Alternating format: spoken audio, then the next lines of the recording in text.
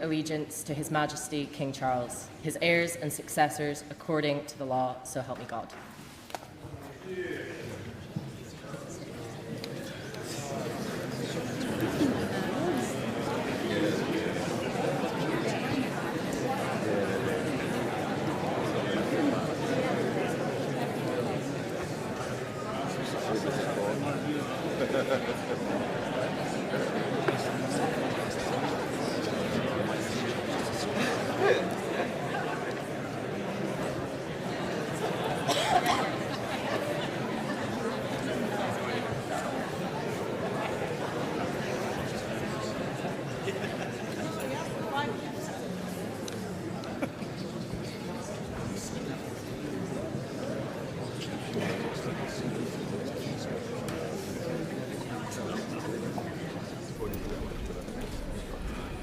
Douglas Lumsden, member for Aberdeen South.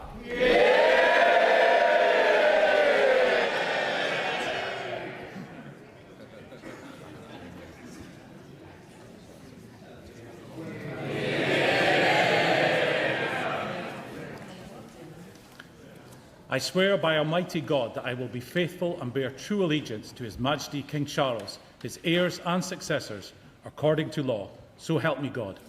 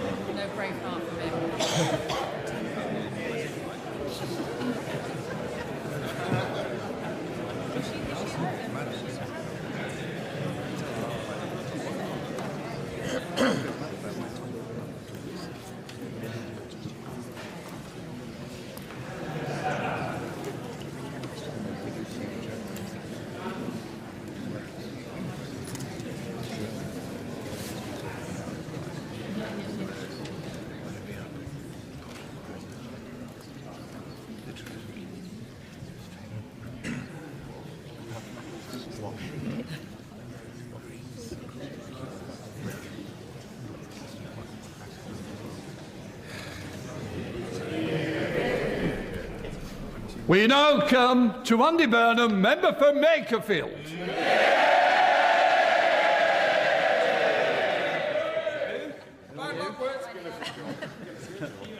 Rome is saved.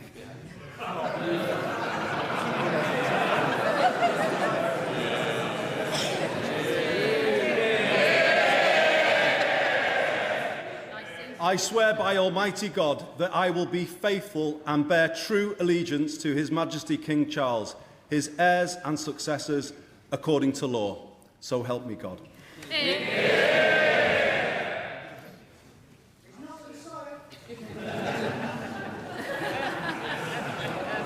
Naughty boys.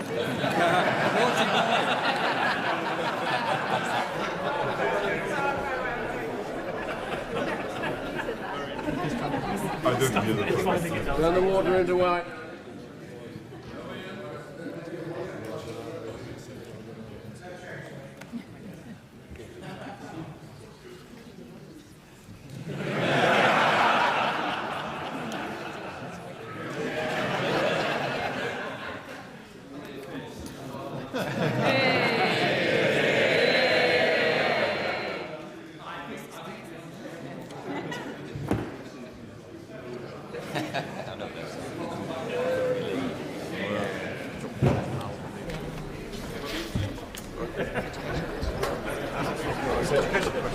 We now come to questions to the Secretary of State for Education, Jim Dixon.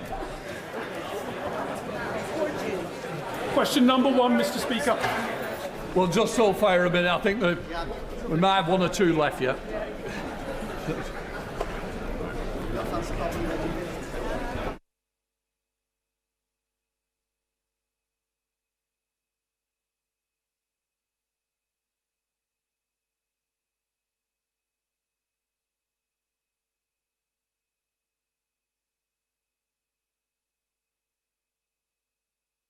Dixon. Question 1. Glad to see so many people here for question number 1, Mr. Speaker. I've been worried they all left. Minister. Thank you, Mr. Speaker, and I'm delighted to see the enthusiasm for our reforms to school food. We want to enjoy children eating tasty, healthy food at school, and that's why we're updating the school food standards for the first time in a decade and putting young people's voices at the heart of our plans. We'll publish the new standards in September alongside our record expansion of free school meals, driving down poverty and delivering a revolution in school food. Jim Dixon. Thank you, Mr. Speaker. I know, looking at me, you would never guess that my children are now well past school age. But when they were at school, and that was long past Jamie Oliver's campaign against turkey Twizzlers, the school food served was still not as healthy as it should have been. So I am really delighted by the Minister's assurance that the Government has consulted on the first update to school food standards in a decade.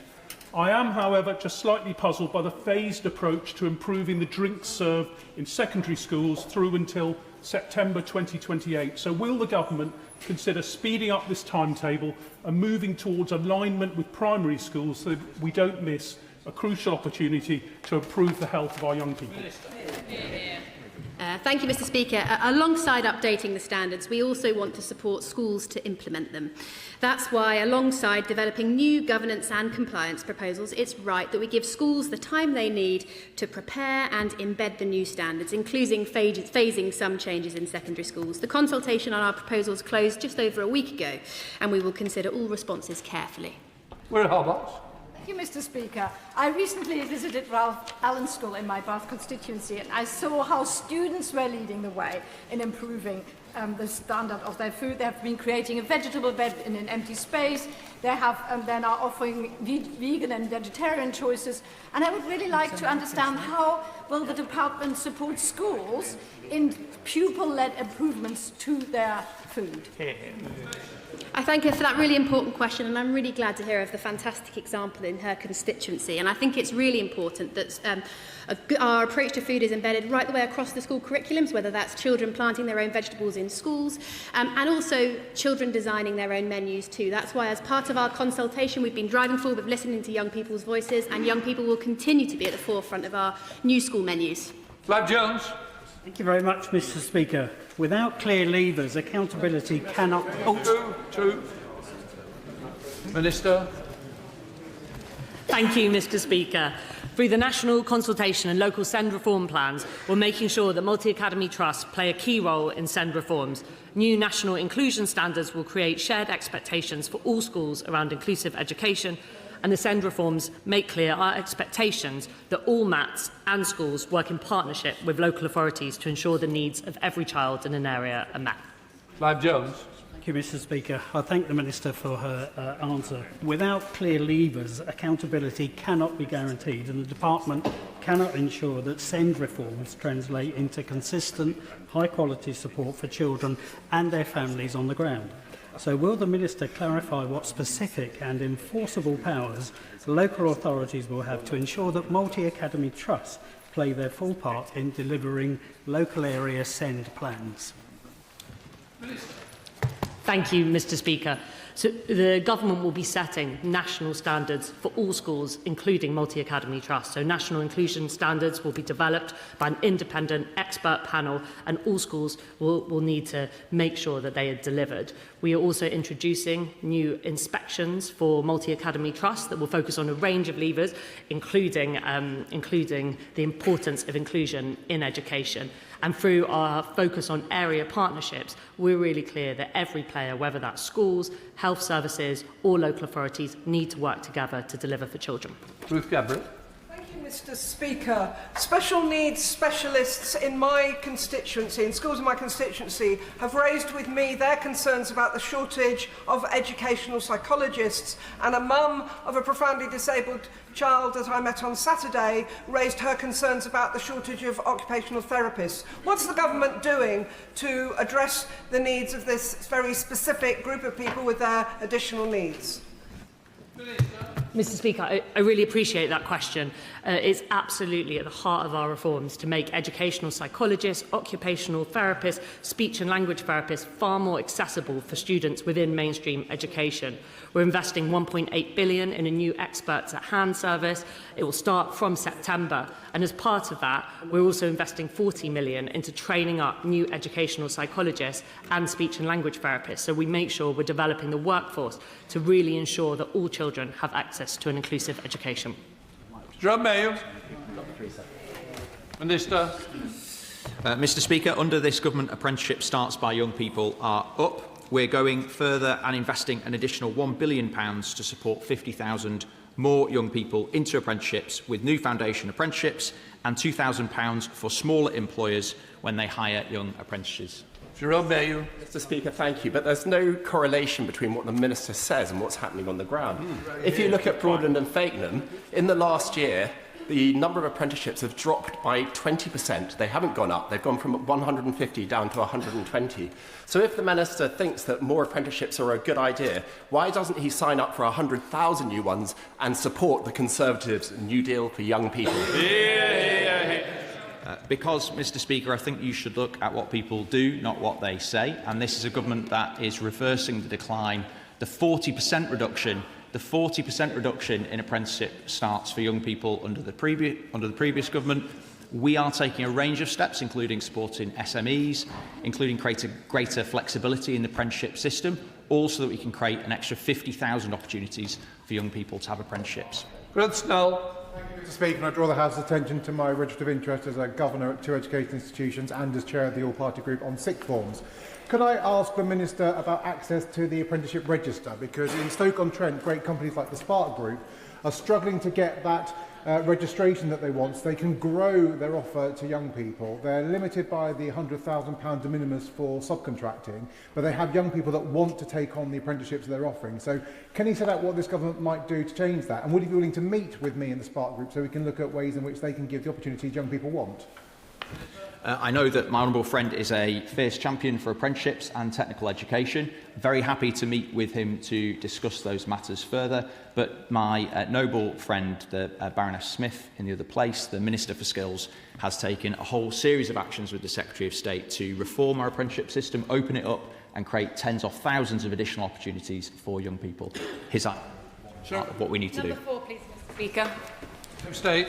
Thank you, Mr Speaker. Mr Speaker, I'm pleased to say that this government is driving record investment in our schools, with the core schools budget increasing by £1.7 billion this year.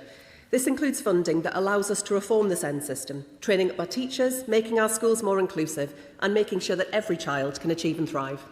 Sarah Coombs. Thank you, Mr Speaker. Eton Valley Primary School and West Bromwich have enthusiastically embraced net zero, and the government has supported them by putting solar panels on the roof, a battery to store the power and EV charge points in the car park. That is already saving the school hundreds of pounds off their energy bills every single week. Will the government look to roll out similar schemes across more schools in the country, which both reduces our carbon emissions and allows more money to be invested directly into teachers and pupils? Yes, Mr Speaker, we will. We're rolling out the GB Energy Solar Programme to around 350 schools and colleges. We're also unlocking private finance investment in solar and energy efficiency for schools and colleges, with pilots planned for later this year. I'm really pleased to hear of the impact of the scheme in my honourable friend's constituency. A school local to me in Sunderland recently shared that they had saved £4,000 this year through being part of it, which they're using to put on more school trips and more activities. Mr Speaker, we are saving schools money on their energy bills. This will allow them to invest more in driving up standards and in teacher quality. Mark Pritchard. St Andrew's Primary School in Sheffield, my constituency, is about to see a multi-million-pound rebuild of the school, or a new build, in phases. Most of that money will come from the Department of Education, but not all of it. So would the Secretary of State commit to ensuring that the funding is delivered so that the school does continue to offer school places for the extra 25 places that are part of the scheme, and the 26 place nursery that's also part of the scheme? Before we've had full starts, this needs to be delivered, but we need commitment from the government. I'm grateful to the honourable gentleman for raising what is obviously a very important case in his constituency. I'll make sure that I look into the concerns that he's raised, and if it's helpful for him to meet with the Minister to discuss that further, I'll make sure that's arranged too. Liberal Democrat spokesperson Munira Wilson. Thank you very much, Mr. Speaker. With the growing obesity and mental health crisis among our children and young people, quality physical education has never been more important. Yet annual funding for PE will be slashed by a staggering 22% under the new PE and schools sports partnership network, with primary schools being hit particularly hard. And Mr. Speaker, to make matters worse, these cuts are being hastily rammed through midway through the school year, leaving teachers, parents and sports coordinators completely stranded. So can the Secretary of State look parents and teachers in the eye and claim that cutting sports budgets mid-term is giving every child the opportunity to get on? Mr. Speaker, I agree with where the Honourable Lady started, which is that PE and sport, access to high-quality sports coaching, provision and resourcing in terms of capital investment as well in schools is incredibly important, alongside the work we're doing on school food to make sure that children get a great meal at lunchtime, in particular, alongside a huge expansion of free school meals. We have committed over £1 billion of investment in the new PE and sport work that we're setting out to establish that new partnership. But we are making sure that through that process, primary schools are supported with transitional payments, with support, and we're working very closely with leadership organisations to make sure that schools have all of the information they need as we move towards a new system, which has been widely welcomed by sporting bodies and other organisations as opening up opportunities for more young people. I'd be very happy to discuss it further with the Honourable Lady, because I think, Mr. Speaker, there is some misunderstanding about the approach that we're taking around transitional protections and support for primary schools. Stop. Question 5, Mr. Speaker. Far too long. Minister. Mr. Speaker, we are deeply grateful for the service of military families, and we recognise the additional pressures that military life puts on the education and family life of those families. This is an area we're working closely with colleagues in the Ministry of Defence to address, and schools receive service pupil premium funding to address challenges including mobility and family separation. We're improving SEND support for families who move frequently, including proposing new digital individual support plans and education healthcare plans to make those moves easier. Will Foster. Brookwood Primary School in Woking educates a significant number of military families because Army Training Centre Pirbright is nearby. Those children have their education disrupted by their because of the nature of their parents' vital work in the armed forces. So in this Armed Forces Week, will the government look at what further support that they can give, including increasing the service pupil premium that has only gone up by just £20 in 2 years? Mr. Speaker, I thank the honourable member for their question, and I'm actually visiting Garrison in North Yorkshire in similar circumstances to talk to families, to talk to schools about the particular pressure that they face supporting children with that high mobility. It's something we are really closely working on, as I set out, particularly through the SEND reforms, because what I've heard time and time again from military families is one of the biggest barriers for them is if there's an additional need, how hard it can be moved from place to place. And I've set out some of the changes we're making, but it's an area that we're looking closely at, and I'd be very happy to meet with him to discuss further. Thank you, Mr. Speaker. This morning I had the honour of taking part in flag raising ahead of Armed Forces Day in Thurrock, in my home patch. And while I reflected that the impact of service is one of pride, there's also a big impact on the families of men and women who bravely serve our country, particularly on those with special educational needs and disability. So what measures is she taking to make sure that when a child with SEND follows their parent due to their military service, that they are not adversely impacted? Mr. Speaker, I thank my honourable friend for her question.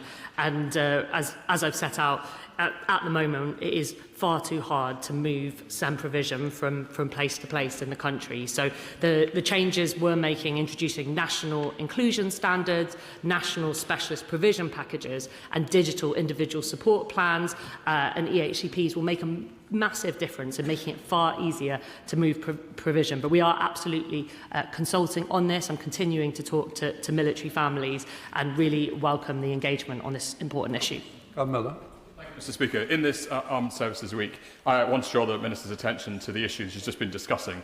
I've heard too often from families in my area who are service personnel families that when their children need to move, the EHCP, which they've spent some time arguing for, does not automatically follow with their child. Not only does this disrupt the child's education, but it makes it much harder for that service personnel family to move together. Often the person serving has to move first. So can I implore the Minister not just to come up with digital solutions, work closely with the MOD to really address this crucial matter?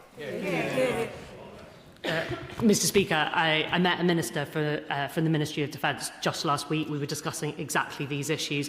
I've heard from service personnel that they've turned down jobs as a result of being worried about moving provision. It's a massive priority and it's something that we are working on. Thank you, Mr Speaker. Can I thank the Minister for her work on the issues around SEND, particularly with service families, and for meeting me, service families and personnel through the work of the Armed Forces Community APPG. Those service families took so much strength from the fact that you were there, that the Minister was there to listen to them. Can the Minister commit that through all the future steps of the SEND reforms, that service families will be recognised within the work? Thank you, Mr Speaker, and I would like to really thank my honourable friend and her co-chair for organising the APPG. It was a really impactful conversation. We heard some of the challenges that people have spoken about today of service families really struggling to navigate the SEND system. The people that I spoke to welcome some of the changes that I've set out today, but they also set out new ideas which we'll be looking at as part of our response to the consultation. Question 6, please, Mr Speaker. Mr Speaker, the government recognises the essential role that small schools play in their communities, many of which are in rural areas. The school's national funding formula accounts for the challenges faced by small schools in rural areas by providing additional funding through the lump sum and sparsity factor. Thank you, Mr Speaker. I was deeply saddened to receive the news from the Minister last week that Corpusty School will close from September. Across North Norfolk, there are small rural schools just like Corpusty, and they're worried about whether they might be next to face closure. Research and guidance from the DfE for running a small rural school was conducted 8 years ago and published in March 2019. That's about to be 6 Prime Ministers ago. Will the Minister commit to undertaking new research and publishing up-to-date guidance so that small rural primary schools can be protected in future? Mr Speaker, I really welcome the honourable member taking the time to meet me about the situation in his constituency and the real pressure that falling birth rates are having on small schools. I've subsequently followed up on our conversation by meeting his local council and talking about how we can work in partnership to really support his constituency and the wider Norfolk area as they face these pressures, and happy to continue conversations about our priority as a government to support rural schools, which we are prioritising and funding as I set out. Peter Prinsley. Thank you, Mr Speaker. So small rural schools in Suffolk all face an uncertain future. I met with the brilliant Stephanie Hunter, head of Barningham School, and she explained the difficult problem of per pupil funding in her very small classes. Now, I would like to see more affordable housing in villages for young families by changing the rural exception sites. But does the Minister agree that village schools have a very special place in the heart of our rural communities? Mr Speaker, I wholeheartedly agree with my good friend, who is a great champion for rural schools, and I do agree that they have a very special place at the heart of our communities. The national funding formula allocates funding based on a consistent assessment of need. The lump sum is particularly beneficial to small schools who are most reliant on the element of funding that's not driven by pupil numbers. Bill Esterson. Question 7, please. Minister. Mr Speaker, we inherited the rat crisis and years of decay in the school estate. Labour is investing almost £20 billion in the school rebuilding programme to rebuild over 750 schools across England. Over 500 schools are already in the programme, with well over half already in delivery. We'll select a further 250 schools by early 2027. Can I thank the Minister for his answer? Hudson Primary School in my constituency does a brilliant job. They are a family hub. They specialise in support for children with SEND and autism, and they have a nursery as well. but their building is 80 years old. It suffers from a high water table, which brings damp, it brings mould, it brings structural problems for the building and occasionally flooding as well. So will he give Nikki Craddock, the excellent head teacher at Hudson Primary School, and her team, and all of the children who they serve, the news that he will look favourably on their behalf? Order, please. Come on. I've got a lot of people to get in, Bill. Don't take complete advantage. Please, Minister, come on. Well, I'd like to thank Mr Speaker, my honourable friend, for the question, the advocacy that he has got for Hudson Primary School.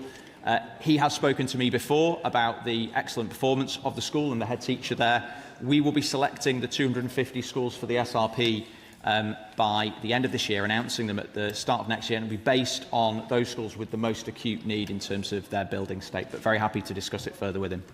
Max Wilkinson. Number 8, Mr Speaker. Minister. Mr Speaker, with permission, I'll answer questions 8, 16 and 23 together. Mr Speaker, children with special educational needs and disabilities have been let down for too long, and we're determined to transform their experiences and their outcomes. We're working with young people, parents and professionals to create a system where needs are identified and met early, where schools have the training, resources and physical environments to be inclusive for all children. We'll end the postcode lottery for children with complex needs, with stronger national standards for specialist provision and a new role for the best specialist schools as centres for excellence. Max Wilkinson.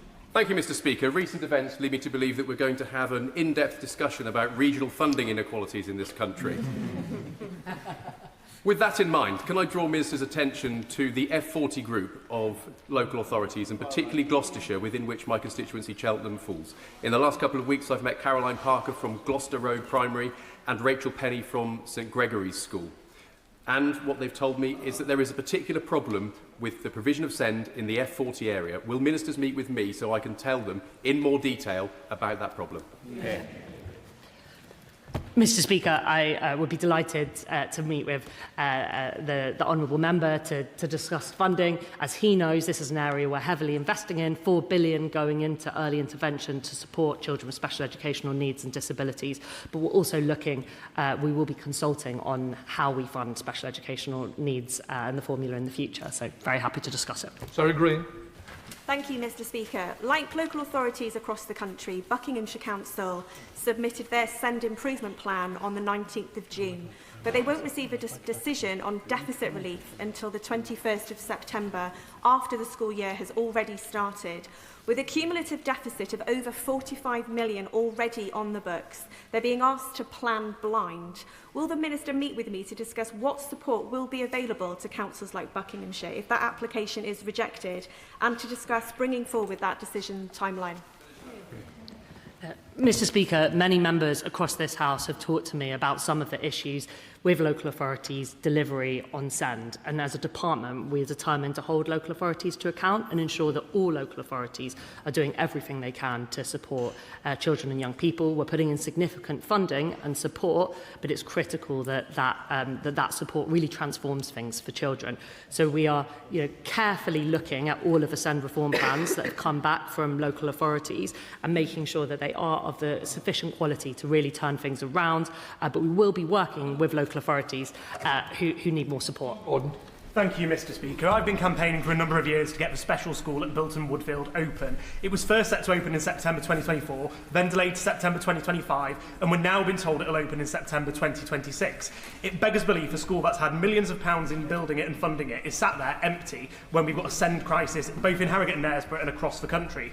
So will the Minister meet with me, apply pressure to the school trust and the local authority, and make sure no further delays are made to opening of the special school and get it open on time for September this year, so we don't fail a further generation of SEND kids? Mr Speaker, I'd be very happy to meet with the honourable member and also the honourable member for Chesham and Amersham that I didn't get the chance to say. These are really critical issues and we want to see provision come forward. Answers. Thank you, Mr Speaker. Could the Minister provide an update on the expert at hands offer, and particularly how that £2.1 million that will be given to my local authority in London Borough Bexley can be used to support disabled children across Bexley, Heath and Crayford? Mr. Speaker, we've set out guidance and investment for local authorities. I know local authorities around the country are busy building that offer. I was in Rochdale last week, where there's amazing work going on with speech and language therapists in schools that has seen over an 80% reduction in waiting lists for children. So we are really excited about the opportunity to bring these vital experts, specialist teachers, speech and language therapists, and many other directly into schools. And there is work going on, as we've heard, to start this for September. Awesome. Thank you, Mr. Speaker. I'm delighted that St Martin's Primary School in Scarborough is establishing a brand new targeted mainstream provision and centre, backed by funding from this Labour government. Does my honourable friend agree that our plans to deliver more TMP places will mean that the many, many children currently not in school in my constituency due to unmet needs will be able to return to school and resume their education? Mr. Speaker, absolutely. We're investing £3.7 billion into creating 60,000 new specialist places, and I've heard from families how it's life-changing to have that provision in their community. Children who've been out of school, sometimes for years, are now back into education. And earlier we were talking about rural schools and some of those issues, and there's real opportunities to create inclusion bases in schools around the country. Secretary Batty, Shadow Minister. Thank you, Mr. Speaker. Just a few months ago, TES reported that the government had frozen the high needs funding block which special schools rely on. Consequently, head teachers are warning that the government's decision means children won't get the support they need due to a lack of funding. The Minister may well point to the experts at hand service, but it isn't the same and doesn't come anywhere close to meeting what each school will have lost. So how can the Minister justify freezing the high needs funding block when the demand for special schools is rising, EHCP demand is rising, and the government's own reforms are years away? Mr. Speaker, when we came into government, we put in a significant increase to the high needs block, precisely because we knew that investment was desperately needed into special educational needs and disabilities. And honourable members across the House will know that the current system has been failing for a long time. We're acting to reform the system, but we're also acting to invest £4 billion into early intervention, £3.7 billion into capital places, £200 million into teacher training, supporting local authorities with their deficits. This is something we're taking absolutely seriously. It's at the heart of our agenda, and we are acting where the previous government failed. Chris Vance. Thank you, Mr. Speaker. As a former teacher, I know that these SEND reforms are not just necessary, they're also vital for young people in my constituency of Harlow and beyond. Does she agree with me that SEND reforms in Harlow will be strengthened by MAT-level inspections and Ofsted's welcome on a new focus of inclusion? Yeah, Mr. Speaker, I very much agree that Ofsted inspections of multi-academy trusts are a really important lever in ensuring that inclusion is part of the decision-making of all trusts and all schools. Neil Wilson, Liberal Democrat spokesperson. Thank you very much, Mr. Speaker. First, we heard that ministers were trying to rig the SEND consultation with pre-written responses. Now it has emerged that the DFE-funded charity Contact, which supports local parent carer forums, has issued guidance stating that parents may be blocked from these groups if they dare to publicly criticise government policy. So why are ministers so determined, once again, to stifle any criticism of their reforms by silencing the very families whose opinions matter the most? And will she ensure this outrageous guidance is reversed? Mr. Speaker, this is just not true. And I think on this issue, I have spent time with MPs and families that they represent from across the House. And I cannot put into words the thought and care that so many MPs have put into holding surgeries, bringing groups together. I've talked to families with Liberal Democrat MPs, with Labour MPs, and met many Conservative MPs. This is an area where I think everyone is taking really seriously, where we have talked to families from all parts of the country with very strong views, and we are continuing to do that as part of our consultation. Question number 9, Mr. Speaker. With permission, Mr. Speaker, I'll answer questions 9 and 12 together. Mr. Speaker, since entering government, we have turned the tide on the teacher retention recruitment crisis left behind by the Tories. We've achieved over 70% of our 6,500 additional teachers target. there are now over 4,600 more teachers in our secondary and special schools, as well as our colleges, compared to when Labour entered government. We're also keeping our brilliant teachers in place, with the latest statistics showing one of the lowest leaver rates on record. Thank you, Mr. Speaker. A Public Accounts Committee report published last summer found that the DfE not only lacked a plan for recruiting the additional teachers that Labour pledged in their manifesto, they also didn't understand why teachers are leaving the sector. So despite the Secretary of State saying that they're on track to meet an already revised and narrower target, this month's DfE report found that there are 1,907 fewer teachers overall since Labour came to power. So what is the Secretary of State doing? What further steps are being taken to recruit and retain our teachers? Mr. Speaker, we have published that delivery plan that she refers to. I'd suggest she goes away and reads it. And when she does that, she will also be interested to know that primary pupil numbers have fallen by over 84,000 since last year. This is set to continue until at least 2030 because of the historic birth rate low that we see in our country. Mr. Speaker, this Labour government is improving teacher pay, improving workload, but also addressing the wider pressures that schools face, especially on child poverty. And I am incredibly proud that this Labour government will lift more children out of poverty than any government ever. In Maybury.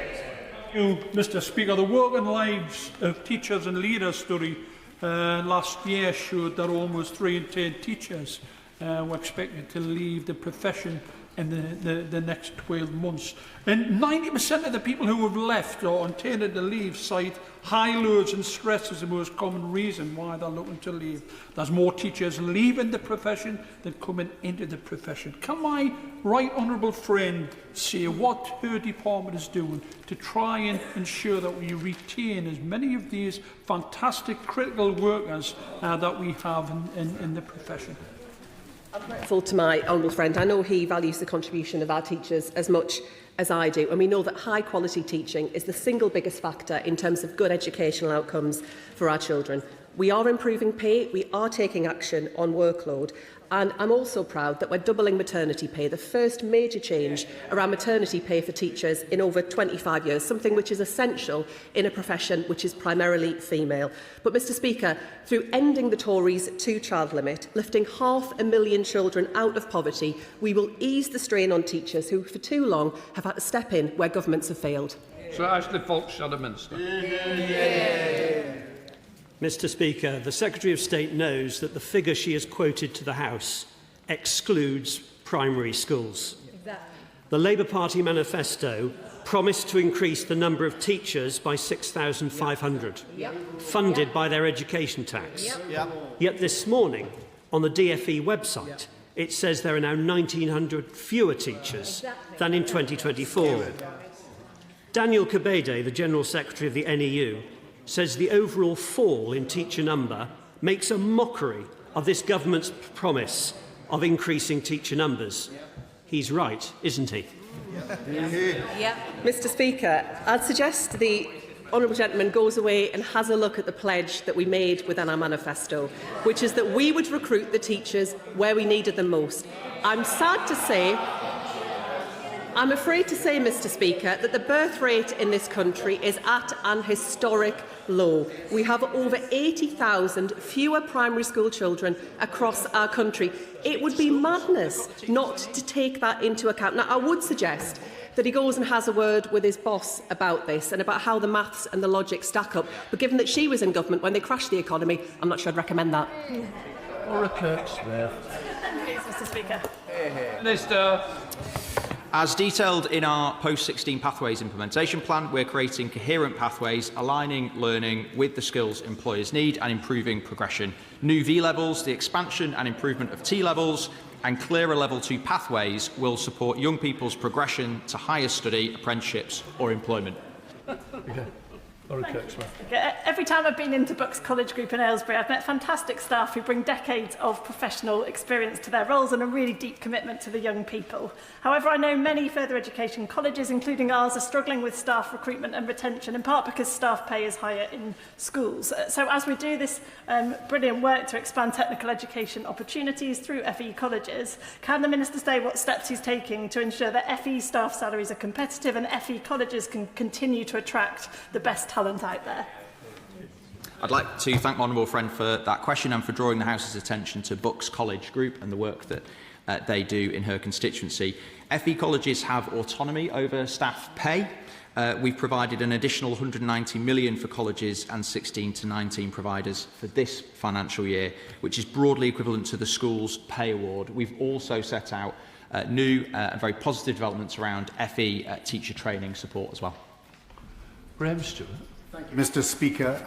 I recently met Alex Miles, the Managing Director of Yorkshire Learning Providers, and Mr. Speaker, it was a worrying tale that differs greatly from what the Minister is telling the House today, saying that established apprenticeship standards are being defunded and new product foundation apprenticeships that no employer in Yorkshire has asked for are being rolled out. So the Minister not accept that the government isn't getting this right, and when people like Yorkshire Learning Providers who have no partisan points to make, they just want to make sure that young people can get into work with an apprenticeship standard which works for employers and themselves, that he needs to look at this again.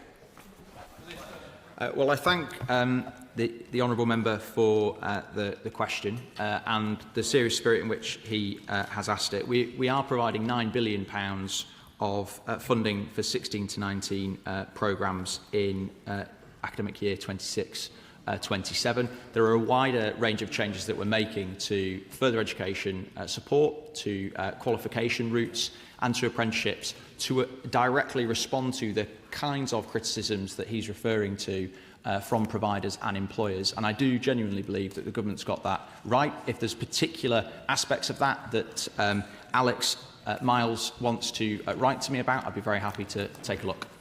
Bradley Thomas. Number 11, Mr. Speaker. Minister. Mr. Speaker, we're committed to prioritising early intervention and making major increases in investment in SEND, investing £4 billion more over 3 years. This includes £1.8 billion so every community has experts on hand, £1.6 billion to settings for early intervention and over £200 million to train every teacher. Bradley Thomas. Thank you, Mr. Speaker. Looking out to 2028-29, there is a £2 billion gap between what the government says it's going to be spending on SEND and what the OBR forecasts SEND spending will be in that period. That will risk children across Worcestershire being forced to fit into a box that doesn't fit their needs. What steps is the government going to take to address this? Mr. Speaker, the government is investing in special educational needs and disabilities as I've set out. We've set out substantial investment over the next few years. We are currently consulting on special educational needs and disability reform as we will set out final plans of that reform as after we've carefully looked at all of those considerations. Thank you very much, Mr. Speaker. Many parents rely heavily on SENDIAS services. We know that these services are free, impartial and vital for parents. Now, given that we expect the demand to increase on these services, how will the Minister ensure that local authorities have the necessary financial and practical resources to maintain the independence and quality of SENDIAS services? Thank you, Mr. Speaker. I've heard from many families how critical SENDIAS services are. We're continuing to fund SENDIAS services, and in the consultation on SEND, we set out a question on how we can better support parents and what investment we need to put in to do that. So it's an area we're looking at as part of a consultation. David Smith. Thank you, Mr. Speaker. We are investing almost £20 billion in the school rebuilding programme for up to 2034-35 to rebuild over 750 schools. 500 of those are already in the programme. We've got a further 250 to select that we'll do later this year. David Smith. Speaker, young people in my constituency in Berwick have been taught for over a decade in a crumbling high school, the only high school in the town and a wide surrounding area. Following sustained calls from families in Berwick, the Conservative County Council promised 5 years ago to rebuild Berwick Academy. Planning application has now been submitted after missing the 22 round. The school applied for the school rebuilding programme in April this year. So can I ask the Minister to reassure my constituents that Berwick Academy will still be considered for the SRP funding, even as works are scheduled to begin later this year? Minister. Despite those delays, Mr. Speaker, I can confirm that the school will be considered for the school rebuildings programme, despite those delays, which were avoidable. And I'd like to thank him for his continued advocacy with me, both raising it personally on a number of occasions and writing to me on multiple occasions too. Rachel Gilmore. Thank you, Mr. Speaker. Tiverton High School has been on various lists for a rebuild since 1999. I'm genuinely grateful to the Department for Education for the work behind closed doors, which has gone on since my election in 2024. However, there is still a worrying lack of commitment in public from the department, and so I'd like to ask the Minister whether his department could commit now and in the House to write to me, Mid-Devon District Council, Devon County Council, with a full update on the specifics of the school rebuilding programme for Tiverton High School to provide the certainty that my constituents required. Mr. Speaker, yes, I can do that. Bob Blackman. Thank you, Mr. Speaker. Question number 14.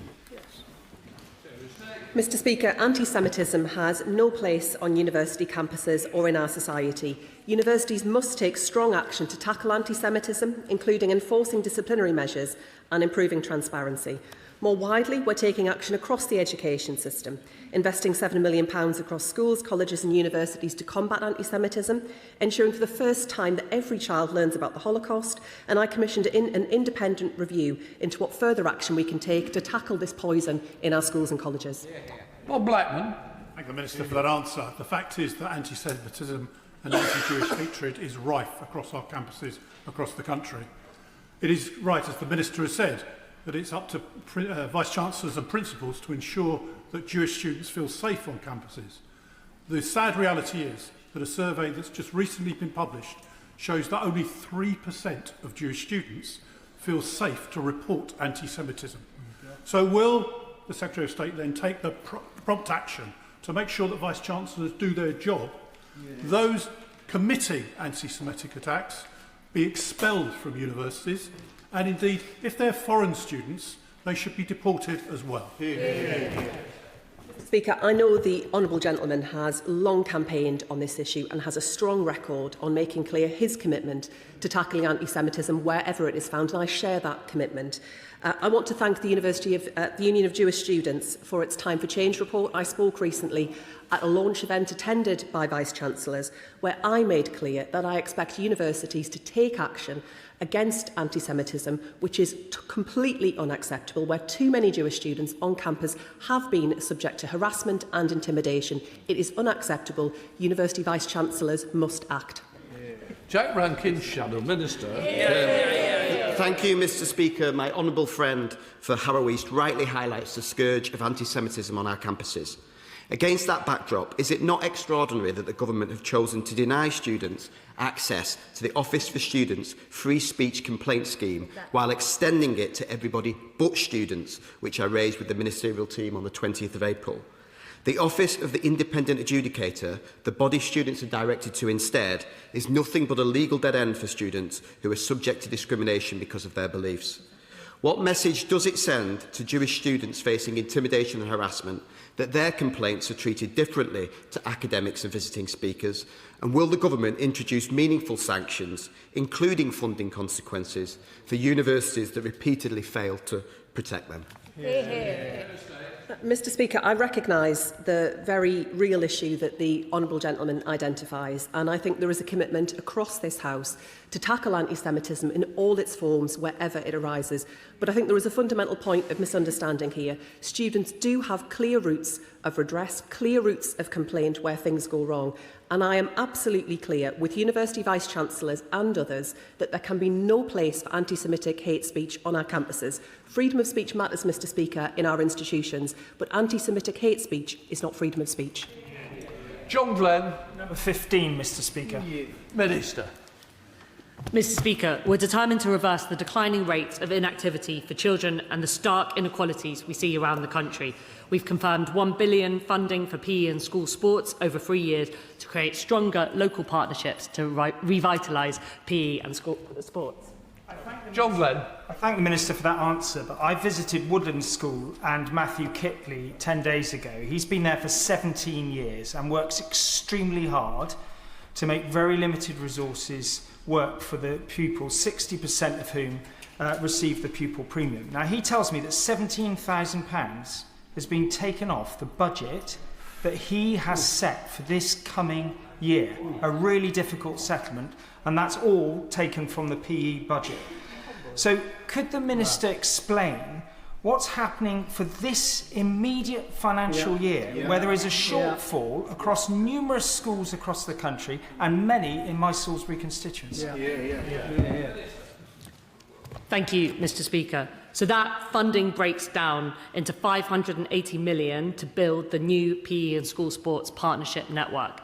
And at the moment, we are seeing too many children who don't have access to sports, who aren't meeting the recommended 60 minutes of activity. And it's really critical that we build something that supports schools, like the one that he mentioned, with national bodies to provide those opportunities.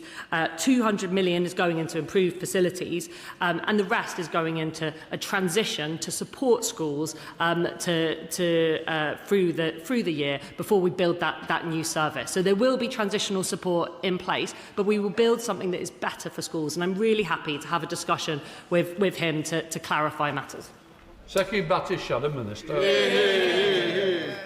Thank you, Mr. Speaker. I say to the Minister, you can't do more if you're doing a 22% cut in funding. The whole nation is watching the World Cup. Millions of children have recently competed in their annual sports day, yet the government snuck out this massive cut in annual PE and sport funding during the recent May half-term. The Secretary of State said this was a misunderstanding. This is not a misunderstanding. It's a 22% cut, which will have serious consequences for millions of children, and it will hit the disadvantaged the hardest. Senior head teachers describe it as a funding cut dressed up as an initiative to boost PE and sport in schools. It's hastily rolled out. It's a cut that will hurt the poorest children. Why is the government doing it?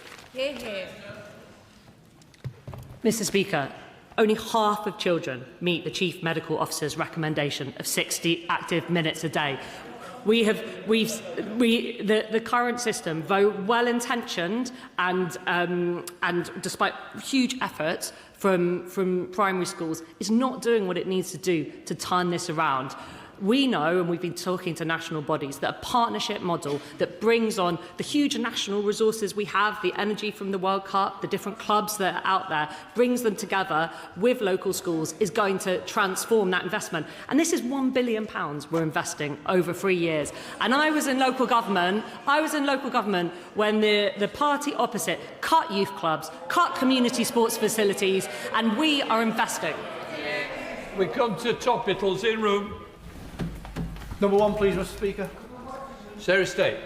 Mr. Speaker, the safety of our youngest children is of the utmost priority to this government. Early years settings should be places where children receive the best start in life and are safe and happy. That's why we will provide Ofsted with additional funding to back strengthened safeguarding measures, over £4.5 million this financial year and at least £8 million in future years. This will mean an additional 3,000 unannounced visits a year, an increased number of inspectors for larger settings and more face-to-face registration interviews before providers open, alongside accelerating modernisation of Ofsted's digital systems.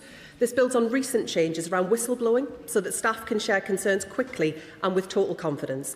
I'll be setting out further changes shortly because, Mr. Speaker, nothing is more important than keeping our youngest children safe. In room. Thank you, Mr. Speaker. This year, 2 of Devon's school food providers have shut down due to rapidly rising business and food costs. The Government School Fund Standards consultation closed on the 12th of June.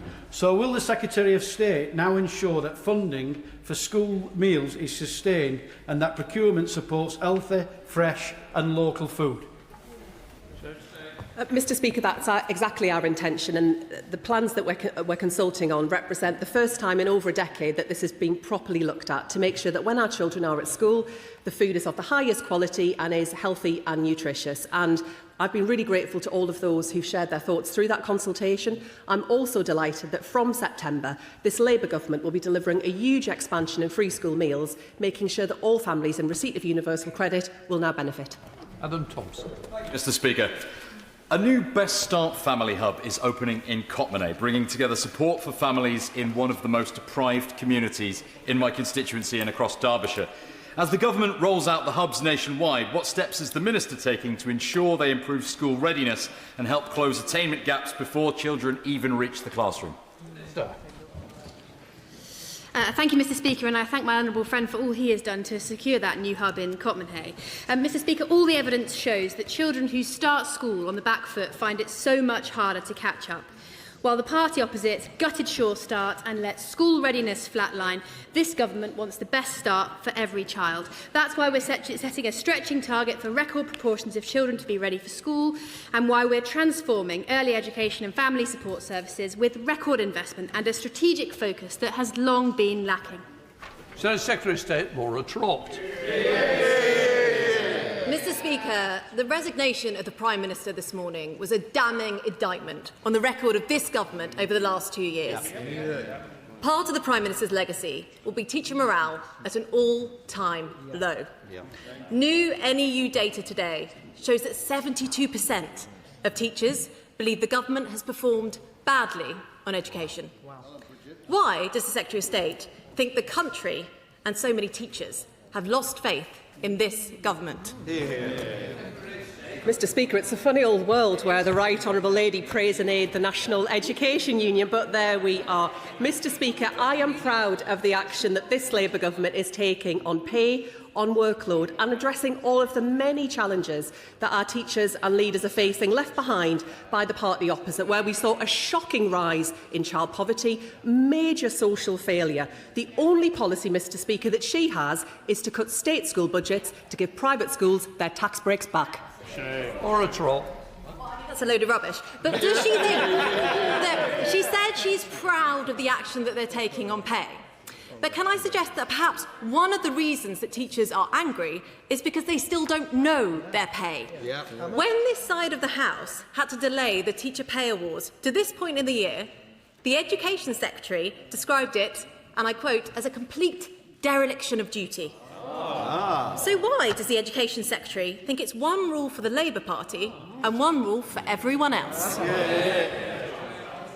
Mr. Speaker, she left behind a pay award and zero funding to pay for it. One of the first things that I did as Secretary of State was to deliver that award in full, fully funded, something that she, when she was a Treasury Minister, totally derelict in her responsibilities. This Labour government will drive up school standards, will make change happen for teachers and for leaders. She says it's nonsense that she only has one policy, and that is to cut state school budgets to invest in private schools' tax breaks. Mr. Speaker, it's true. It's all they've got. They've got nothing to say on education, nothing to say on how they will tackle the major challenges that we are dealing with, especially on SEND.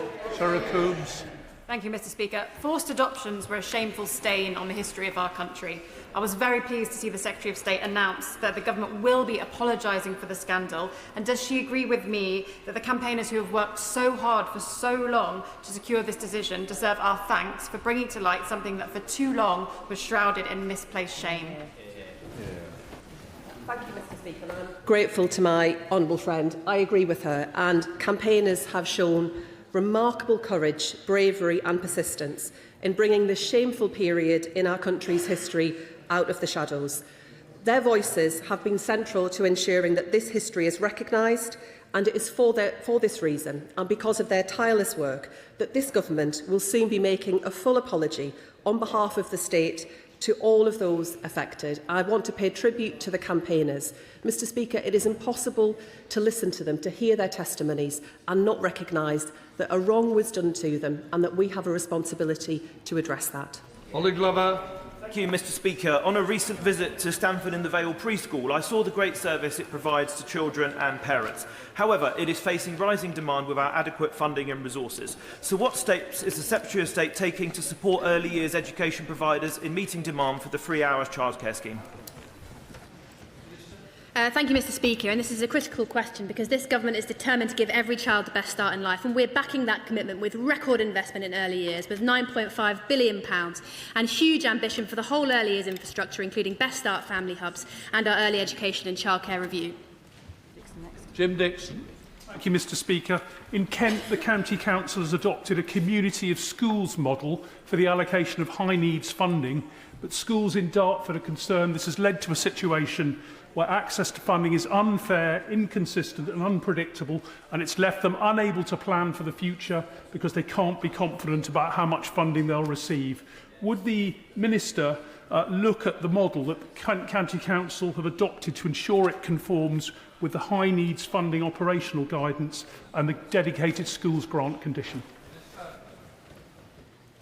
Mr Speaker, officials are meeting with Kent Council to understand the model. We are in favour of schools pooling resources to support children with special educational needs and disabilities, but there has to be safeguards, and I welcome the opportunity to speak further to understand his concerns. And that's Thank you very much, Mr Speaker. We have a shortage of music teachers in this country, and there was a system in place of bursaries for those taking music PGCEs, but after the numbers of students increased slightly, that bursary system was pulled and we still don't have enough music teachers. Would the Minister consider please reinstating that bursary scheme, which would allow us to have enough teachers coming through into the system to give all the children in this country the music education they deserve? Mr Speaker, we review every year the bursaries across the system. There's a limited pot, so we look at where the need is highest, but we will review it this year, and we're also setting up a national centre for the arts, which will be there to support teacher training for music as well as wider arts, as it's so critical to our agenda. John Furness. Earlier this month, I met with Devon Andrews, whose daughter Cherish tragically passed away from suspected carbon monoxide poisoning while on holiday with her partner. In the wake of their passing, Devon is working tirelessly to raise awareness of the dangers of carbon monoxide and is partnering with local organisations to educate children and others. Will the Minister join me in congratulating Devon for campaigning to save lives and also ensure her daughter's memory is not forgotten? Mr Speaker, I thank my honourable friend for that important question, and I want to pay tribute to the amazing work that she sets out, thank Devon for their leadership and extends my heartfelt condolences to the family. It's so critical that we keep young people safe, and I really hope that they'll continue to work with us to do so. Ian Solomon. Thank you, Mr Speaker. The High Court found in April that the Office for Students had predetermined its decision against the University of Sussex, approached the investigation with a closed mind and acted beyond its legal powers. So what is the Secretary of State's response to that finding, and what steps is she taking to restore confidence in the regulator? Mr Speaker, since coming into government, we have reformed the regulator to make sure that there is a sharper focus on financial sustainability. There is a new chair who is taking that work forward. The case that he refers to covered many, many years, and whilst he'll appreciate the limitations in what I can say about the case, he should be assured that we want to make sure that we have strong regulation around our universities that is most effective in making sure that they can uphold their responsibilities whilst also remaining financially viable. Julie Benz. Mr Speaker, I recently visited the Chances Family Hub, one of several hubs. It is indeed a very fine hub. One of several hubs set up by Cumberland Council to fill a need left by the Conservatives' short-sighted decision to abolish Sure Start. Will the Minister please assure Carlisle families that this government will ensure all family hubs receive the support they need to give children the best start? For all of her hard work for her constituents, and join her in congratulating her council for their work. She's right to condemn the outrageous cuts to Sure Start under the party opposite, and she's right also that councils and voluntary organisations have stepped up to fill the gap. This government will have their back, not just through our £900 million investment, £3 million in Cumberland, but also driving the reforms needed to link up services and reconnect our communities. Temperatures are forecast to exceed 35 degrees centigrade in Somerset this week, and some classrooms are set to breach safe working thresholds by as much as 10 degrees centigrade, risking serious disruption to learning. What immediate steps is the Secretary of State taking to protect pupils and staff from this extreme heat, and what dedicated funding will be made available to schools to retrofit for heat resilience to prevent repeated disruption to education in future heat waves? Mr Speaker, we do recognise the need to make sure that as we refurbish and rebuild schools across our country, we make sure that they are well placed to cope with some of the fluctuations in temperature that we're seeing, sometimes the hot weather that we're experiencing at the moment. It's of course a matter for head teachers, for school leaders, as to how they manage that best. Schools, for example, can consider relaxing uniform rules during hot weather to make sure that pupils are comfortable. And also the Department for Health and Social Care, for example, recommends that people shouldn't take part in vigorous physical activity when the weather is exceptionally hot. But I trust school leaders to do the right thing to maintain well-being of both staff and students. Davian. Speaker, I recently joined a class of Year 5 pupils from St Peter's School in my constituency on a visit to the National Holocaust Museum in Laxton. I saw firsthand places such as this are vital to making sure that lessons about the Holocaust are absorbed by young people. I wonder if the Minister would therefore commit to visiting the museum with me in a local school. Mr. Speaker, I'd like to thank my honourable friend for his advocacy of the National Holocaust Museum. It plays a critical role in ensuring children are educated about the Holocaust. It's a key priority for the government, and I would, of course, commit to visiting with him and really welcome his work. Alison Griffith. Thank you, Mr. Speaker. My constituent Joanna has worked tirelessly to highlight the lack of a dedicated selective mutism pathway in West Sussex. Children are being left without the support they need. So will the Secretary of State commit to ensuring this gap in provision is finally addressed? Mr. Speaker, we are working with